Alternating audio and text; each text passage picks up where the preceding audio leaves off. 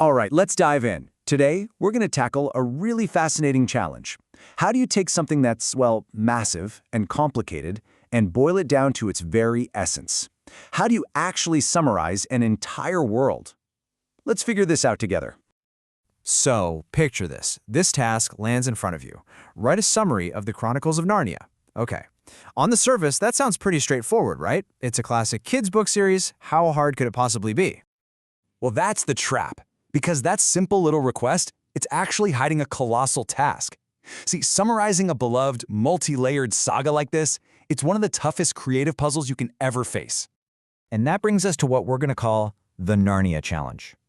To do this right, we have to really get what we're up against. Because, spoiler alert, it is so much more than just a story about a kid finding a wardrobe. And that's the first huge hurdle. We're not being asked to summarize The Lion, the Witch, and the Wardrobe. No, we're being asked to summarize Narnia itself, the whole shebang, from its creation all the way to its final moments. The job covers count 'em, seven totally distinct books, and each one has its own plot, its own cast of characters, and adds its own unique piece to this giant puzzle.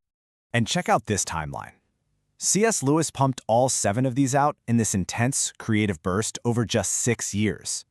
That incredibly dense, interconnected world building is exactly what makes a simple summary so incredibly challenging. So that really is the question, isn't it? When you're faced with this kind of complexity, how do you even find a starting point? How do you draw a map that shows someone the whole world without getting them lost on every single tiny little side street? Okay, so before we even think about writing a single word, we have to decode the mission. We've got to define our terms and really understand what makes a summary not just good, but great. See, a summary isn't just a laundry list of this happened, then that happened. No way. It's an active distillation. It's the art of finding the most essential, the most critical pieces of the story, the core narrative, the central ideas, and the character journeys that truly matter. And it's also really important to know the difference between a summary and an analysis. A summary answers the question, what happened? An analysis answers, okay, but why does it matter?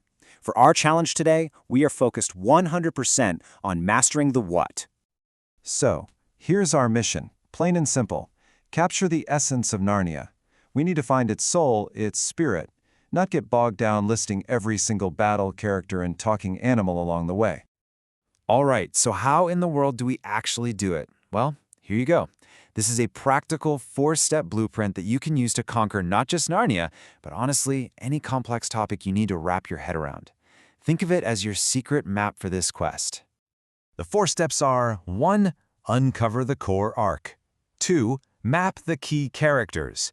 3. Isolate the major themes. And finally, number 4, weave it all together. Let's break each of these down. First things first, you have to find the big, overarching story. For Narnia, the real beginning isn't when the Pevensey kids stumble through the wardrobe. Nope, it's the creation of Narnia itself in The Magician's Nephew.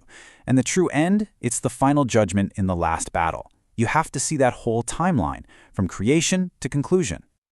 Next up, you map the characters. But wait, not all of them. You'll go crazy. Instead, you look for the archetypes. Who is the constant, the anchor throughout the whole series? Well, for Narnia, that's Aslan. Who are the recurring heroes? The Pevensies and the other kids from our world. And who are the big baddies representing the core conflict? Figures like the White Witch.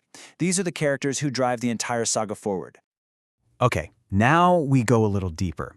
You've got to look for the big ideas that run through all 7 books like a golden thread. We're talking about themes of courage, sacrifice, good versus evil, faith. These themes are the glue that holds this entire world together. You know, this quote just perfectly captures the goal of our final and most important step. We've gathered all the pieces, the arc, the characters, the themes. Now it's time to build something with them.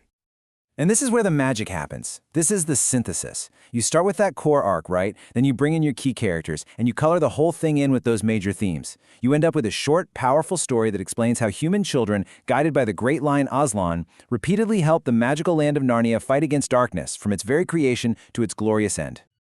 But hold on, there's one more level to this. Knowing these steps will definitely get you a good summary.